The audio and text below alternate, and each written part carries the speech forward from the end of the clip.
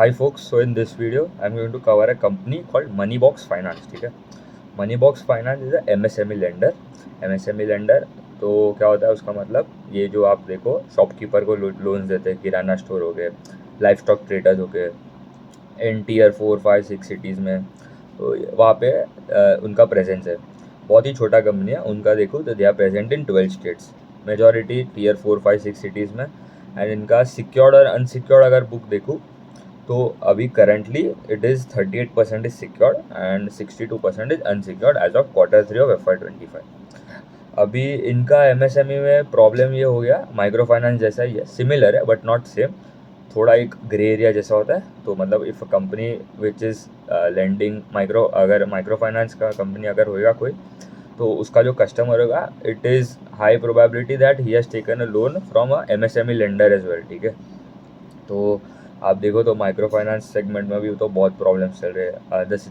The situation is stabilising but still the problem still exist. ठीक है, तो अभी अगर इनका देखूँ तो दे आर 160 ब्रांचेस एंड उनका AUM का साइज इज अराउंड 840 करोड़, मतलब बहुत ही छोटा कंपनी है. एंड उनका अगर AUM का ग्रोथ देखो दैट इज़ 56% YoY. तो आप बोलोगे एब्सोल्यूट नंबर तो it is very good, 56% growth.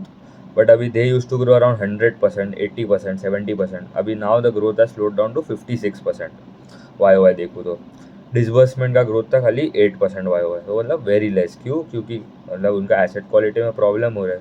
तो अभी नए लोन बांटने से अच्छा है कि to focus on the current asset, मतलब करंट जो कलेक्शन पे ज़्यादा फोकस करने का.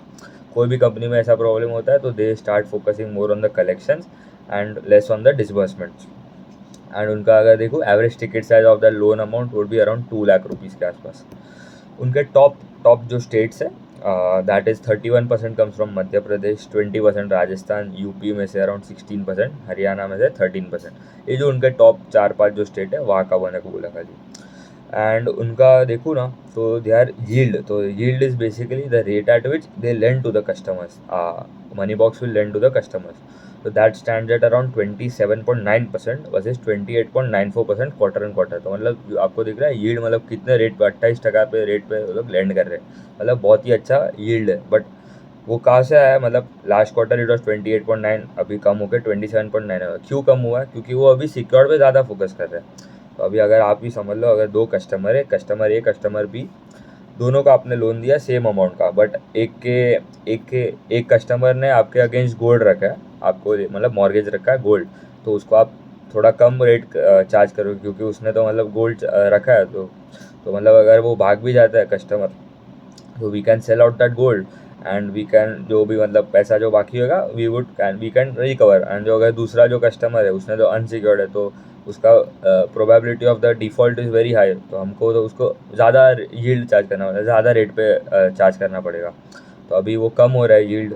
एंड उनका कॉस्ट ऑफ बोरिंग, मतलब the rate at which money box will borrow money from other banks, other NBFCs जो होता है, तो that stands at around 12.94% versus 13.39 quarter and quarter. वो भी थोड़ा कम हुआ है, तो वो अच्छा है.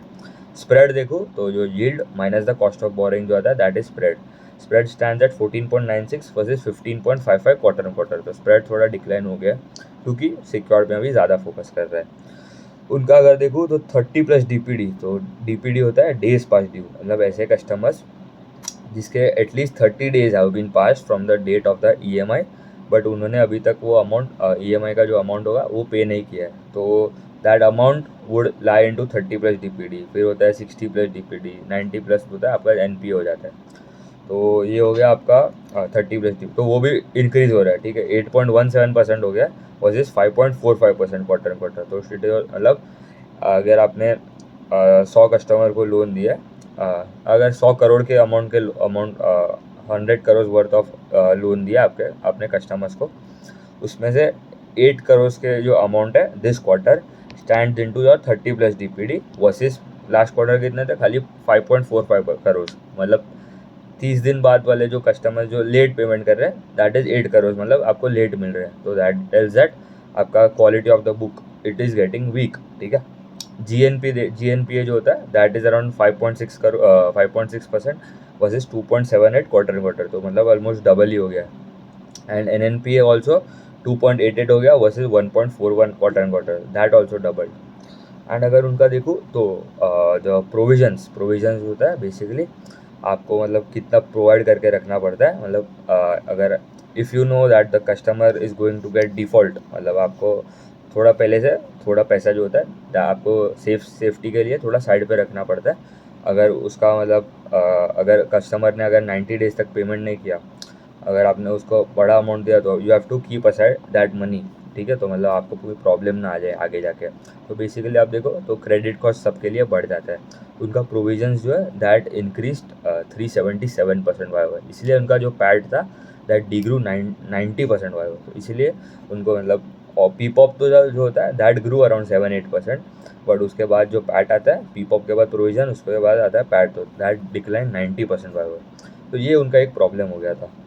उनका क्रेडिट कॉस्ट देखो तो that standard 4.7% versus 3.85 quarter and quarter.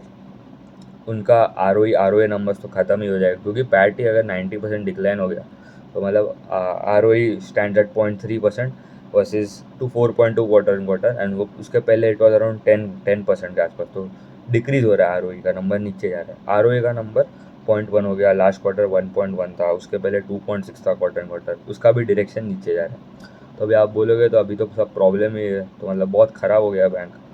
तो उनका पहले भी गाइडेंस था कि बाई FY26 के एंड तक दे वांटेड दैट AUM का जो साइज़ है that should reach around 2500 crore plus. अभी कितना है 840 crore. Start of the year में अराउंड उनका 700 के आसपास, तो मतलब ये टाइम तो ग्रोथ आया अराउंड 25-30% के आसपास का ही AUM का ग्रोथ आया।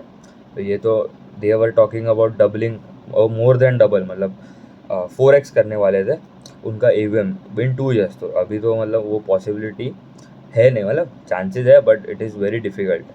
बट अभी उन्होंने और एक बोला था कि ब्रांचेस जो है उनके 270 प्लस हो जाएंगे। अभी कितने हैं 160 ब्रांचेस है। तो it is a big task going ahead. But अभी उनके उनके जो अपडेट्स आ रहे हैं, बिजनेस अपडेट्स भी आ रहे हैं, एंड क्वार्टर 3 में भी, क्वार्टर 4 का, अभी तो we are in quarter 4 but I am discussing the quarter 3 के नंबर्स।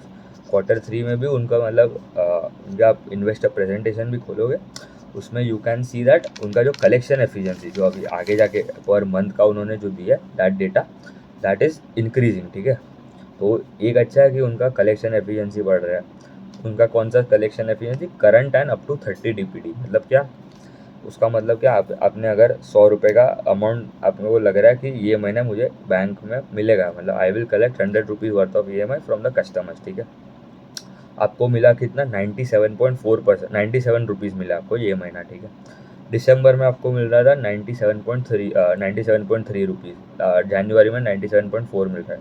तो आप देख रहे हो मतलब कलेक्शन एफिशिएंसी बढ़ रहा है। Current and up to 30 DPD वाला था ये। उसका मतलब क्या, करंट मतलब जो पेमेंट टाइम पे आ रहा है मेरे को, मतलब फर्स्ट ऑफ अप्रैल को आपका EMI का अमाउंट था, आपका ड्यू डेट था EMI का, आपने वो पे कर दिया। एंड आपने अभी 25th ऑफ द मंथ को पे किया, 25th अप्रैल को पे किया, अगर आप समझ लो।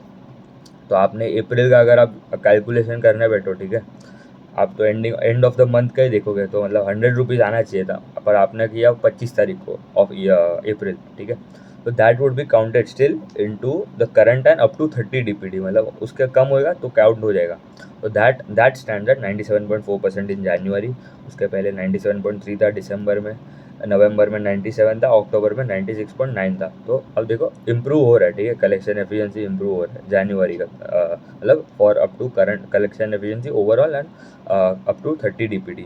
उन्होंने और एक पॉइंट दिया था, collection efficiency up to current and up to 90 DPD, तो मतलब 3 महीने तक का, तो टिल 90 डेज़ वाला। तो जनवरी में उनका 95.5 हुआ, दिसंबर में 94.2 था, नवंबर में 94.6 था, अक्टूबर में 94.4 था। तो ये भी going in the right direction. तो कलेक्शन एफिशिएंसी इंप्रूव हुआ है, तो that is a very good sign.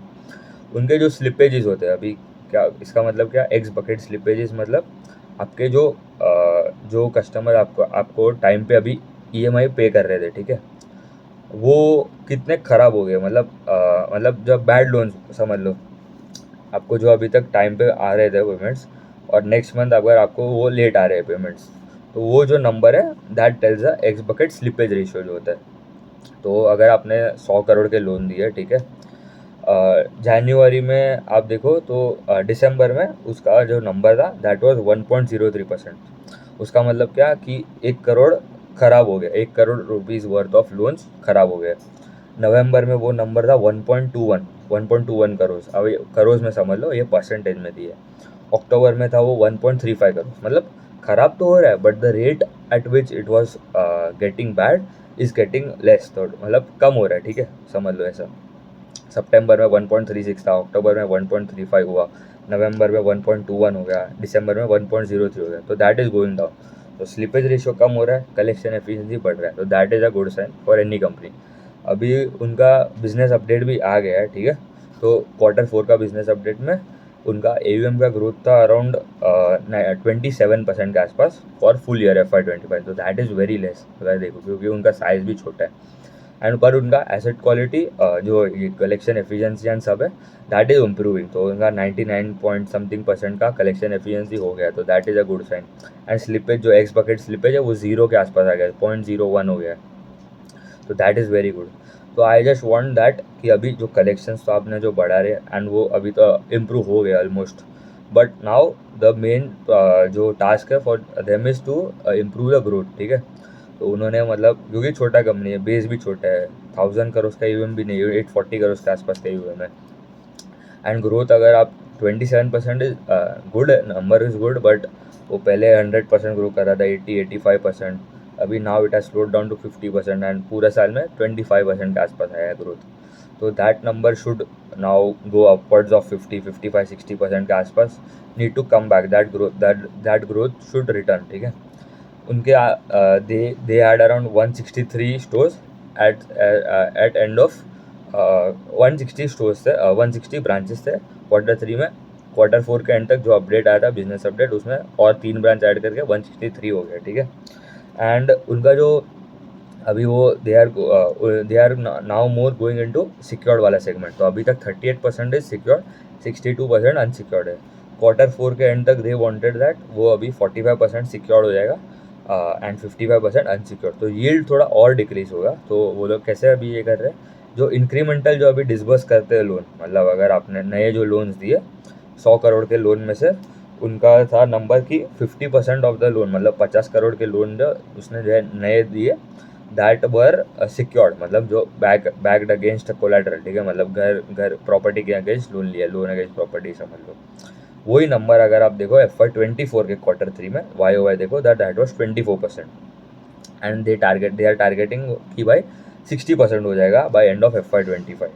And they also moving more into, आप देखो स्टेट्स लाइक आंध्र प्रदेश, तेलंगाना, तमिलनाडु, वहाँ पे उनका साउथ में भी ज़्यादा प्रेजेंस है, वहाँ पे वही थोड़ा एक्सपांड और कर रहा है।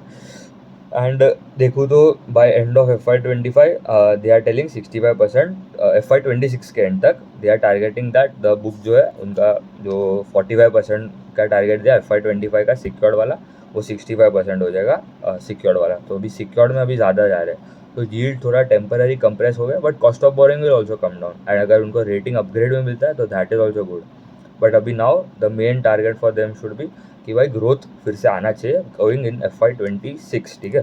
Q4 के अपडेट में भी मतलब उतना कुछ ग्रोथ आया नहीं था, 27% के आसपास ही ग्रोथ आया था।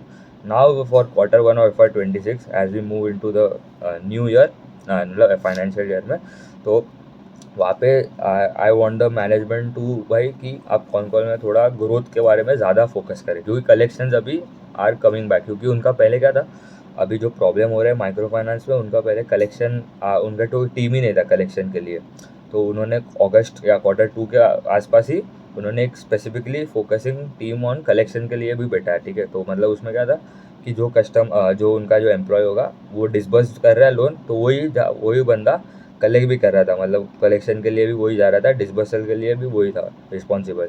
बट अभी जो प्रॉब्लम हो गया माइक्रो फाइनेंस में, देखो आप प्रॉब्लम हो, MSME में भी आप प्रॉब्लम्स हो रहे हैं, एंड बड़े बड़े कंपनीज इन दिस सेगमेंट भी आप देखो, 5 स्टार बिजनेस हो गया, SBFC फाइनेंस हो गया, उनका भी मतलब 5 स्टार ने भी गाइडेंस डिक्रीज करके 25% के आसपास कर दिया, तो उनको भी प्रॉब्लम, उनका तो पूरा सिक्योर्ड बुक है तो भी, एंड इनका मतलब majority still is unsecured, but now they are going more into secured वाले सेगमेंट। तो इन्होंने एक स्पेसिफिक कलेक्शन टीम बिठाया, उसमें उनका ऑपरेटिंग एक्सपेंस जो होते हैं OPEX बाई AUM जो बोलते हैं, वो भी कॉस्ट बढ़ गया, तो उनका 12.7 12.8% के आसपास था, they are targeting that it should be less than 10% के आसपास, डबल डिजिट के नीचे आना चाहिए इन अपकमिंग फ्यू क्वार्टर्स। तो वो भी हमें देखना पड़ेगा कि कैसे आएगा, क्योंकि टेम्पररी थोड़ा इंक्रीज हो जाता है। ठीक है, उतना ही रखते हैं। Thank you.